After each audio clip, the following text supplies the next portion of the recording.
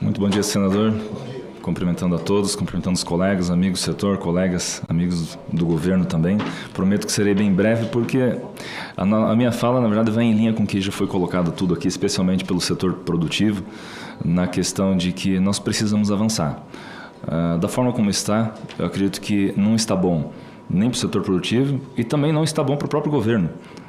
Esse emaranhado de normas e essa falta de uma base legal para que a gente consiga avançar gera todo esse grande jogo de pega-varetas. Hoje a gente brinca dessa maneira, o próprio governo trabalha dessa maneira. Para você fazer uma mudança numa norma, tem que puxar uma varetinha e tem que cuidar para não encostar nas outras e para não derrubar. Nós temos, só a título de exemplo, nós temos mais de 800 normas para regular 245 espécies. Só por aí a gente já tem uma prova de que não tá bom o negócio. É falta de uma lei mais estruturada para que a gente consiga ter, de fato, uma perenização de todo esse processo. Só vou contrariar o meu colega Cadu numa fala, que ele expressou aqui que a pesca não planta nada. Não, a semente da pesca, na verdade, é a estatística. É a estatística pesqueira que é a nossa semente. É ela que é o nosso plantio. É disso que nós precisamos. Enquanto que a lei estiver colocando de maneira aberta, romantizada, de que o executivo poderá fazer uma estatística pesqueira, poderá fazer uma avaliação de estoque, nós poderemos um dia ter um setor que nós não estamos conseguindo ter. Nós precisamos que a lei obrigue aos gestores a fazer. E falo isso aqui, lembrando inclusive a fala do senador Jorge Seife. Há pouco eu substituí ele enquanto secretário na saída dele na época.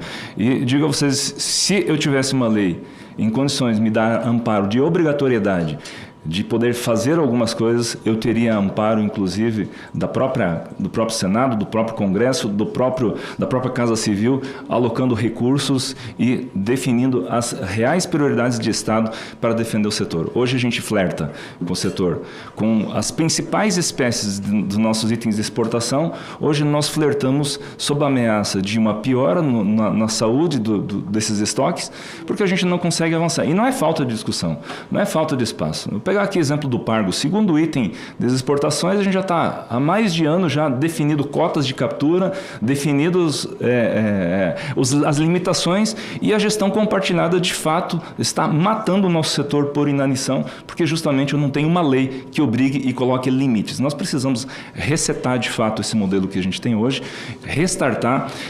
Óbvio que esse projeto de lei tem pontos que precisam melhorar, tem pontos de ajustes finos, foi colocado aqui pelo Sindip. Eu acredito que tem outros pontos, nós também temos pontos, palavras como ato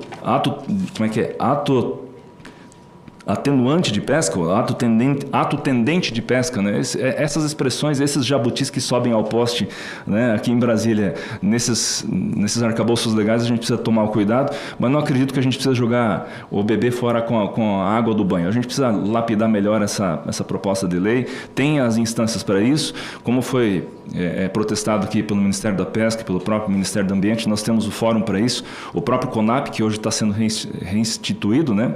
O ministro, inclusive, está à frente desse evento, é o fórum que, inclusive, poderia vir de maneira propositiva os pontos de ajuste que essa lei tanto precisa, para que a gente consiga colocar metas claras, com prazos legais e a gente finalmente conseguir avançar. Não é possível que a gente, com o discurso que a gente vem, entra governo, sai governo, 8.500 quilômetros de costa, né? Quarta maior costa do Atlântico, a gente está vivendo a insegurança que a gente está vivendo.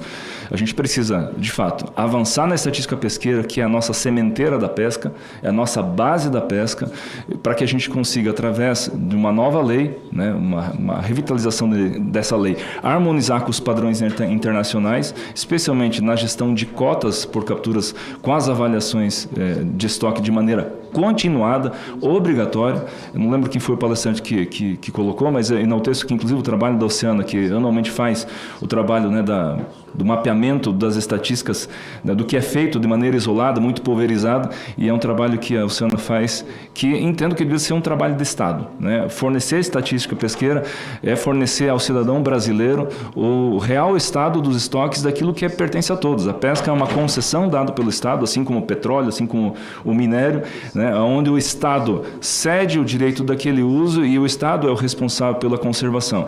E a gente precisa inverter um pouquinho essa lógica de que o pescador é demonizado, o setor é demonizado como destruidor dos mares. Não, o que a gente precisa é uma estatística pesqueira continuada, independente de qual governo esteja posto, independente de qual partido esteja liderando a pasta, nós precisamos de uma política de Estado e perene. E muito bem colocado pelo meu amigo Chiquinho da Peixe BR, a aquicultura precisa passar desse processo de desburocratização. O Chiquinho até esqueceu de elencar outros, né? Para conseguir o RGP, né, Chiquinho?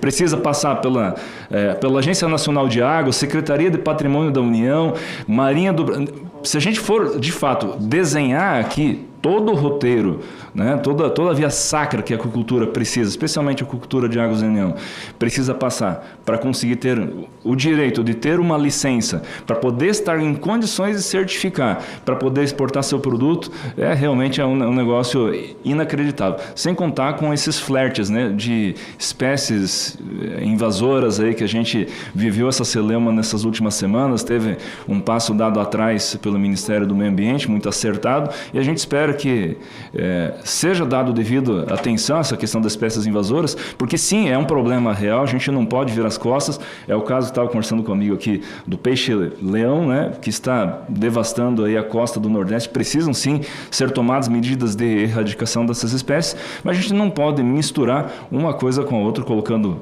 uma tilápia aí há décadas sendo cultivada, incentivado por todos os governos, quarto país em maior produção, sem dúvida nenhuma o país que mais tem potencial de crescimento, somos o maior detentor de água doce do planeta, é a fonte de proteína mais saudável que nós temos no planeta para a gente conseguir abastecer, né, as populações com relação à segurança alimentar, é a atividade que menos emite carbono, inclusive, comparado com outras proteínas.